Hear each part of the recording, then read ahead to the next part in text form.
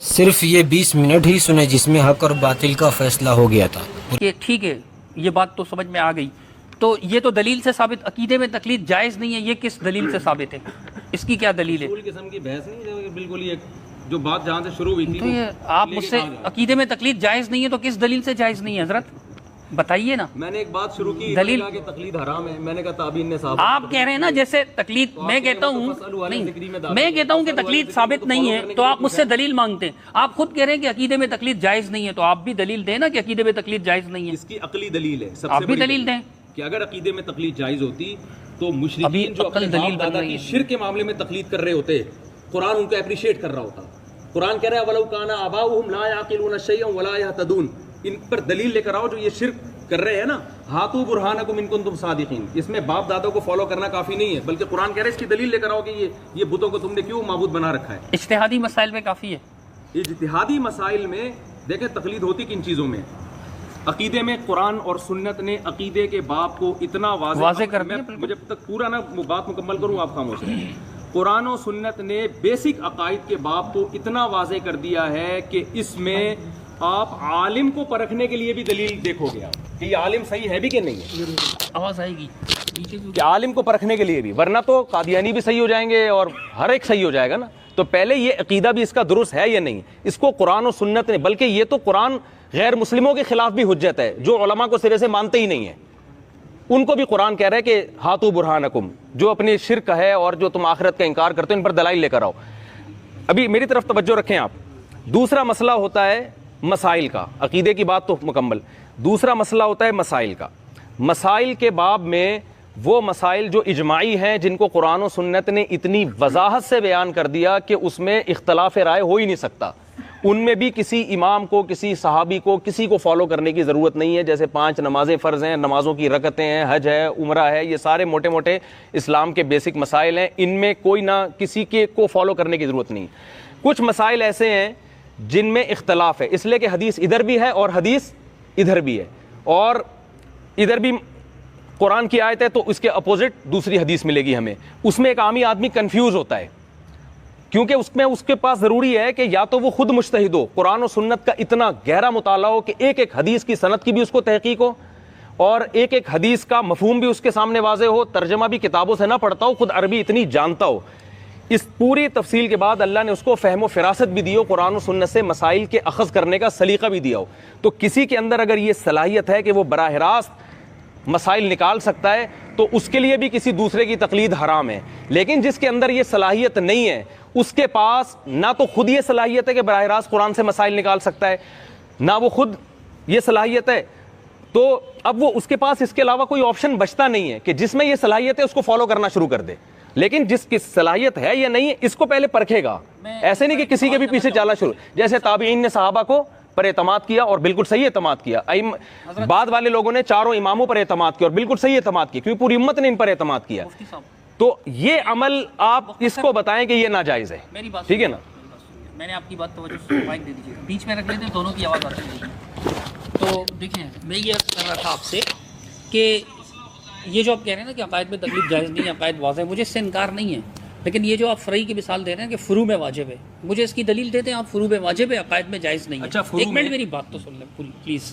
دیکھیں، آپ کہہ رہے ہیں کہ 2 حدیث ہیں، اس کو تحقیق نہیں ہے، مثال کے طور پہ 2 حدیث ہیں، اس کو اتنی تحقیق ہی نہیں ہے، ایک ایک راوی کا پتہ ہونا چاہیے، عقیدہ زیادہ اہم ہے، عقیدہ زیادہ اہم ہے، تو مسائل عقائد میں بھی اختلافی مسائل موجود ہے، حتیٰ کہ ختم نبوت بھی تو عقیدے کا مسئلہ ہے نا، لیکن اسی طرح علم غیب کا مسئلہ ہے، اسی طرح نور و بشر کا اور بہت سارے مسائل ہیں۔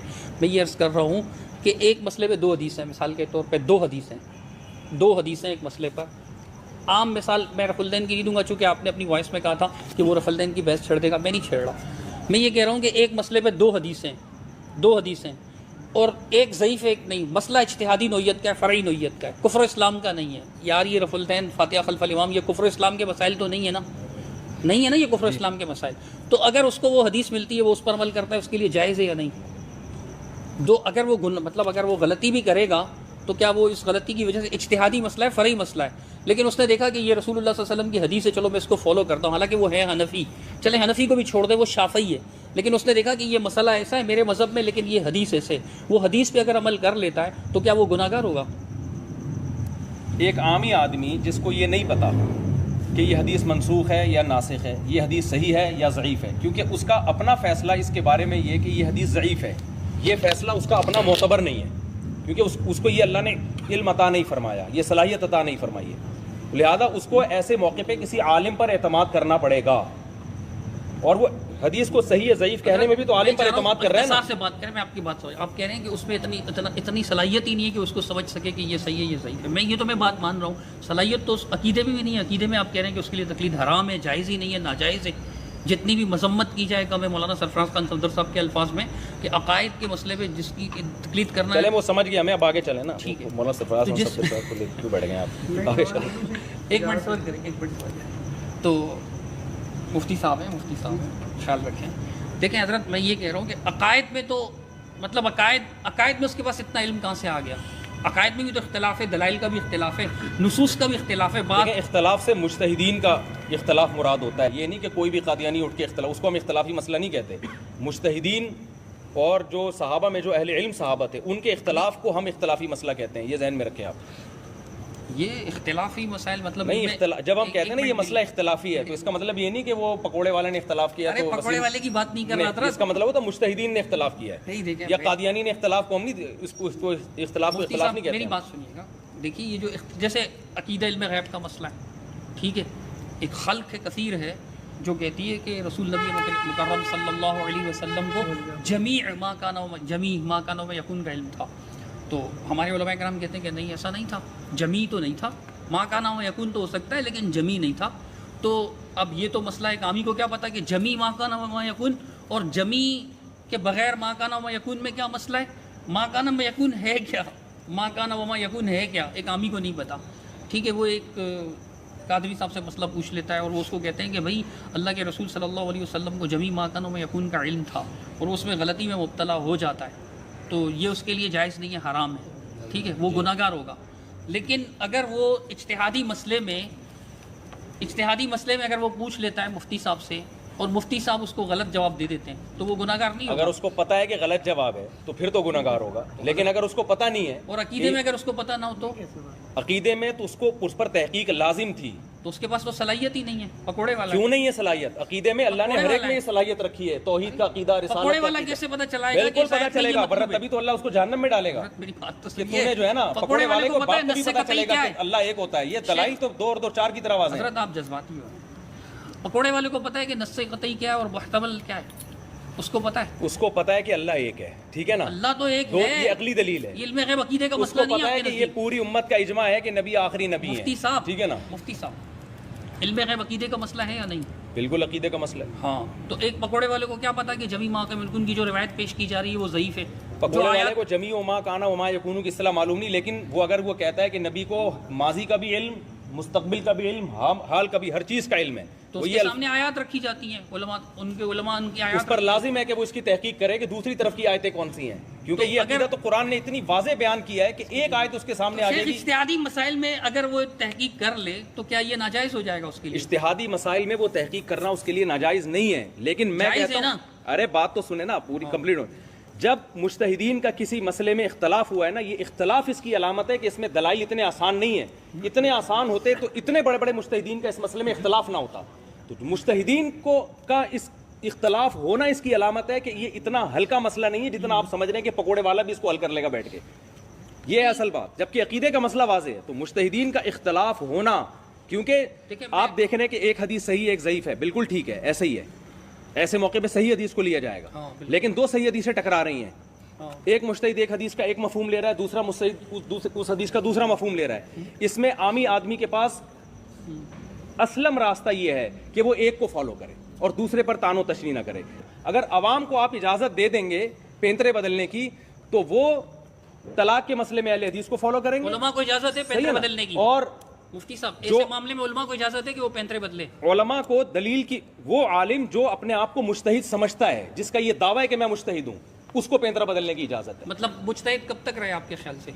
جب اس کو قرآن و سنت پر بھرپور عبور حاصل ہو جائے اور وہی سمجھتا ہو، جو مشہور مجتہد ائمہ ہیں ان کے بعد بھی مجتہد ابھی یہ 14ویں 15ویں صدی میں 13ویں صدی میں بھی عقلاً ممکن ہے، آ سکتا ہے، لیکن ہیں ہوئے، مجھے نہیں پتا ہے کہ نہیں ہے، نہ یہ میری بحث ہے، میں کیا کروں گا، اگر ہے بھی تو میں نے کیا کرنا، نہیں اچھا ٹھیک ہے، کھلا ہوا میری بات اجتہاد سنیے گا، سے میری بات کوئی بھی سنیے گا۔ پیدا ہو سکتا ہے، تو جو بھی پیدا ہوگا میری وہ بات نہ کرے سنیے گا کسی کی نا۔ تقلید۔ حضرت میری بات تو سنیں، آپ مثال پیش کر رہے ہیں نا کہ ایک امام کو فالو کرنا ہوگا۔ امام ابو یوسف رحمۃ اللہ علیہ نے ایک حمام سے غسل فرمایا، یہ فتاوی شامی میں لکھا ہوا ہے، آپ چاہیں گے تو میں بھی شو کر سکتا ہوں، کتاب گاڑی میں رکھی ہوئی ہے۔ مجھے اس کا جواب دیں میری جو اہل بات حدیث تو عالم کا سنیے میں نے اس کہا کا۔ کہ یہ اگر ہم اس کو پابند نہ کریں ہاں تو پینترے بدلے گا کہ نہیں بدلے گا؟ تو میں ایک طلاق جب دی جائے نا، ایک یہ طلاق پابند کس دلیل سے کریں گے آپ؟ اس دلیل سے کہ اللہ زمین میں فساد کو پسند نہیں کرتے، شہوت پرستی کے ہر دلیل قرآن و سنت سے نہیں ہوتی۔ تو شہوت پرستی قرآن و حدیث سے نہیں رک سکتی کہ اسے پابند کر دیں کہ آپ قرآن و حدیث کو فالو ہم کریں کہہ گے رہے بس؟ قرآن و حدیث کو فالو کرو، لیکن اختلافی مسئلے میں چونکہ دونوں طرف دلیل ہیں، اس کو فالو کرو گے تو بھی قرآن و حدیث کو فالو کرنا کہلائے گا، اس کو فالو کرو گے تو بھی۔ میری بات اگر تو ہم سن ہی نہیں رہے نا آپ بات میری جب اس کو بے لگام چھوڑ دیں گے حضرت، آپ میری بات ہی نہیں تو وہ سن رہے۔ شہوت پرستی کا راستہ اختیار آپ کرے یہ گا۔ گفتگو تو اس سے بہتر ہے احون یہ ہے کہ بجائے خود فنٹر بننے کے، جو مجتہدین پہلے سے گزر چکے ہیں ان میں سے کسی ایک کی اتباع کی جائے اور دوسروں پر انگلی نہ اٹھائی جائے۔ یہ اس سے محبتیں بھی رہیں گی، جیسے کہ صدیوں سے ایسا ہوتا ہے۔ حنفی بھی ہیں، شافی بھی ہیں، مالکی بھی ہیں، حنبلی بھی ہیں، آج تک میرے علم میں نہیں ہے کہ ان کے پھڈے ہوئے ہیں۔ اگر کبھی تاریخ میں 2-4 لڑائیاں ہوئی وہ ایک الگ بات ہے، لیکن نارملی نہیں ہوتی۔ تو یہ ایک اسلم طریقہ ہے، لیکن جب سے آپ امت کو بے لگام چھوڑ دیں گے تو لیبل ہر شخص قرآن و سنت کا لگائے گا، مگر نتیجہ وہ نکلے گا جو آج نکل رہا ہے۔ جزاک اللہ۔ دیکھیے بات پھر لمبی ہو جاتی ہے، کافی کچھ باتیں درمیان میں آ گئیں، ہر ایک بات کا تو جواب ممکن نہیں ہے۔ جو مفتی صاحب نے پیکج پیش کیا تو یہ مفتی صاحب کا پیکج تھا۔ میں آپ کو ایک پیکج پیش کر دیتا ہوں کہ آپ دیکھیں عقیدے کے مسئلے پر آپ اس پر لازم کرتے ہیں کہ وہ عقیدے کی گمراہی جو ہے نا، دیکھیں اجتہادی مسائل ہے، مثال کے طور پر آپ اجتہادی مسائل ہیں، حنفیوں کے ہاں مختلف ہے، اب ہمارا بھی کوئی بھی ایسا مسئلہ ہوگا ایک آدھ مسئلے کے علاوہ، ٹوٹل ایک آدھ مسئلے کے علاوہ باقی تمام مسائل میں ہم جن مسائل پہ عمل کر رہے ہیں، شوافع، حنابلہ، مالکی ہمارے ساتھ ہوتے ہیں، بسا اوقات تینوں ساتھ ہوتے ہیں، اکثر و بیشتر شوافع اور حنابلہ کا بھی وہی مسئلہ ہوتا ہے جو ہمارا ہوتا ہے۔ آپ پڑھے لکھے آدمی، آپ کو تو پتہ ہے، عوام کو اتنا پتہ نہیں ہوگا۔ تو حضرت ایک منٹ میری بات مکمل، میں یہ عرض کر رہا تھا کہ عقائد میں گمراہی کے زیادہ چانسز ہے، اور عقائد کی گمراہی سے انسان مشرک بھی ہو سکتا ہے، عقائد کی گمراہی سے انسان کافر بھی ہو سکتا ہے۔ اجتہادی نوعیت کے مسائل کی غلطی سے آپ اس کو کافر مشرک بہرحال نہیں کہیں گے، زیادہ زیادہ کہیں گے خواہشات نفسانیت پر عمل کر لیا، زیادہ زیادہ یہ کہیں گے، لیکن آپ یہ نہیں کہیں گے کہ یہ کافر ہو گیا، وہ مشرک۔ مثال بھی دیتا ہوں، اگر کوئی قبر پرست بن جائے، غیر اللہ کو پکارنے والا بن جائے، تقلید سے آپ نے اس کو آزاد رکھا ہوا ہے کہ وہاں اس پر تقلید کرنا واجب نہیں ہے، بلکہ اس پر دلائل سیکھنا واجب ہے، اور اس نے کسی طرح ٹوٹے پھوٹے دلائل سیکھ لیے، پکوڑے والے نے اور تیل والے نے اور موچی نے ٹوٹے پھوٹے دلائل سیکھ کر اس نے قبروں سے غیر اللہ سے مدد مانگنا شروع کر دی، قبروں کو سجدہ کرنا شروع کر دیا، تو آپ نے اس پر واجب کیا ہوا ہے کہ جی وہ عقیدہ خود سیکھے، اس تقلید جائز نہیں ہے، حرام ہے اس پر۔ دلیل اس کی یہی آپ نے دی قرآن و سنت سے، ٹھیک ہے۔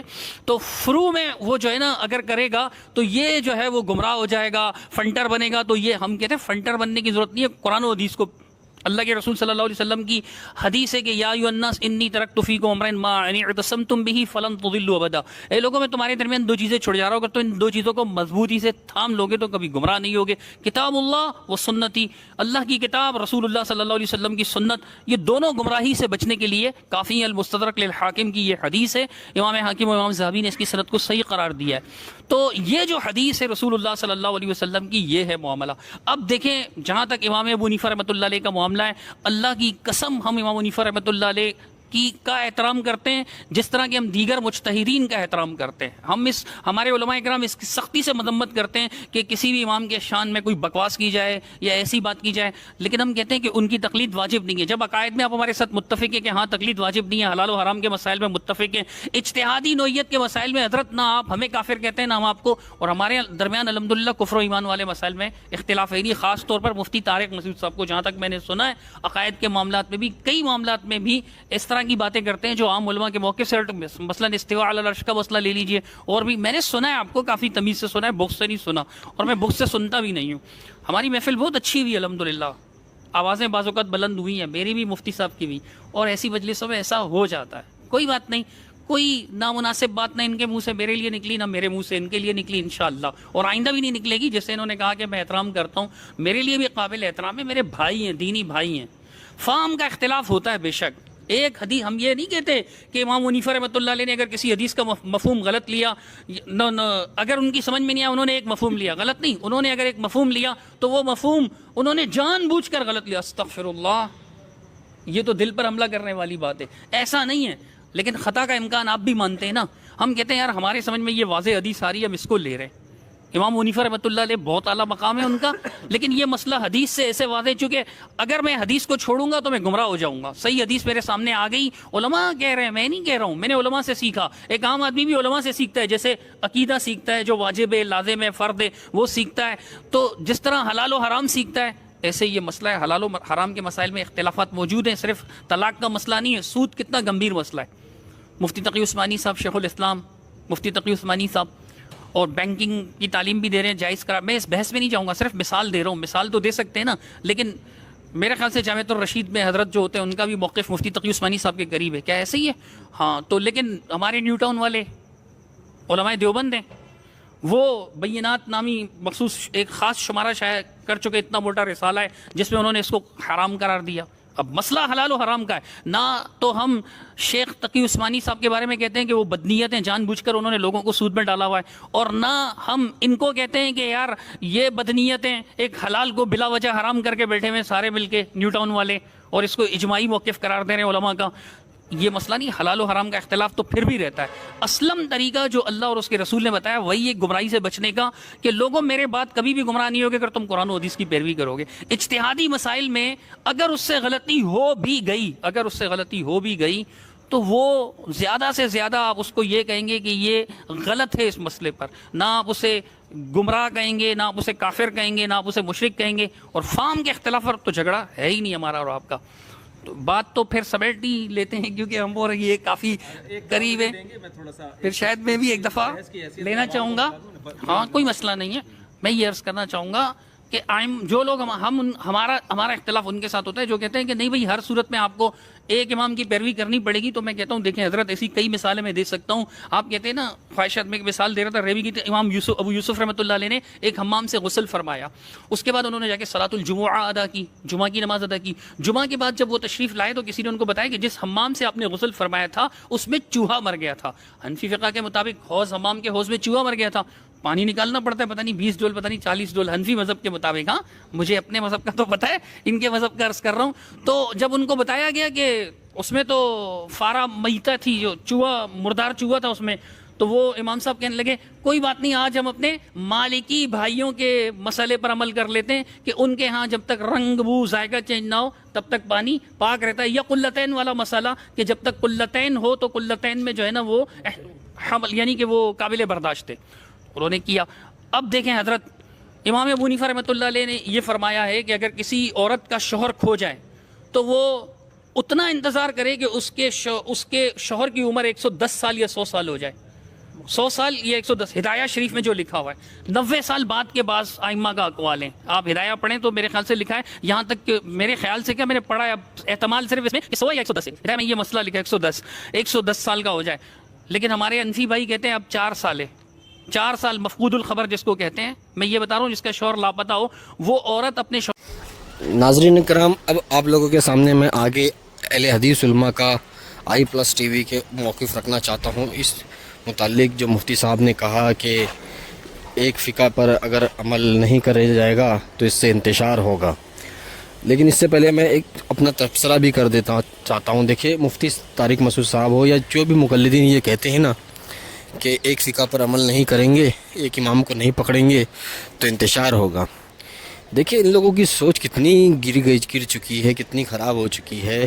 یہ لوگ کہنا یہ چاہتے ہیں کہ اللہ کے رسول صلی اللہ علیہ وسلم کی بات پر عمل کرنے سے انتشار ہوگا. قرآن حدیث کی طرف اگر جایا جائے تو انتشار ہوگا، لیکن امام کے قول کی طرف جایا جائے تو انتشار نہیں ہوگا. کہ مطلب ان لوگ کی سوچ کتنی گر چکی ہے. قرآن حدیث کی ویلیو ان لوگوں کی نظر میں کتنی کم ہو چکی ہے. امام کا جبکہ امام کے قول میں بھی کیا یہ لوگ ایک امام ہے؟ ان کے در بھی ایک امام تو نہیں نا. ایک گروپ میں ہی فقہ حنفی میں کئی امام ہیں. امام ابو حنیفہ ان کے دونوں شاگرد، ان کی بھی تقلید کی جاتی ہے شاگردوں کی بھی، اسی طرح اور دوسرے بھی دیگر بھی ہے. تو وہ لوگ ان کے فتاوے میں کسی ایک فتاوے کو لاک کر دیتے جس کو ان لوگ مفتہ بھی کہتے ہیں. وہاں پہ مفتہ بھی کرنے میں ان کو انتشار نہیں ہوتا کہ یہ صحیح ہے، اس میں سے ان کا صحیح ہے کہ اس کا صحیح ہے. لیکن قرآن حدیث میں اگر کچھ ہلکا پھلکا جو بظاہر تضاد دکھ جاتا ہے یا جو بھی، تو اس کو لے کے اتنا اچھالتے ہیں کہ اگر ایک یہاں پہ اس کو فالو کرنے گئے قرآن حدیث کو تو انتشار ہوگا. عجیب منطق ہے یار ان لوگوں کی. پڑھ لے گا وہ. تو کیا شیخ عقیدہ ہم لوگ خود نہ سیکھیں؟ دیکھیے ظاہر سی بات ہے، عقیدے کا سب سے بڑا سورس تو قرآن مجید ہی ہے. یعنی عقیدہ سیکھنے کا سب سے بڑا ذریعہ قرآن ہے، اور قرآن کے بعد اللہ کے نبی صلی اللہ علیہ وسلم کی حدیثیں ہیں. بیسک عقیدہ جو ہے نا، اللہ تعالیٰ پر ایمان، رسول اللہ پر ایمان، قیامت پر ایمان، یہ سب بیسک چیزیں جو عقیدے کے عام اور آسان بنیادی مباحث ہیں، وہ بلا شبہ آپ قرآن مجید پڑھ کر کے سمجھ سکتے ہیں. اس کے لیے آپ کو باقاعدہ کسی استاذ کی ضرورت نہیں ہے. لیکن عقیدے کی بہت سارے معاملات ہوتے ہیں جو بہت ڈیپ ہوتے ہیں، اور جس کے لیے گہرے علم کی ضرورت ہوتی ہے. وہ بندہ صرف قرآن پڑھ کر کے خود سے نہیں سیکھ سکتا ہے، اس کے لیے اس کو مستند علماء کی ضرورت ہے. مستند علماء سے علم حاصل کرنے کو اصل میں تقلید نہیں بولتے ہیں. وہ علماء آپ کا ذریعہ ہیں، آپ علماء کی بات جب بغیر دلیل کے مان لیتے ہیں تب اس کو تقلید کہا جاتا ہے. لیکن اگر آپ کسی عالم دین سے علم حاصل کر رہے ہیں، وہ آپ کا استاذ ہے اور وہ اس استاذ کے ذریعے سے آپ دین سیکھ رہے ہیں دلیلوں کے ساتھ، تو یہ اس کی تقلید نہیں ہے.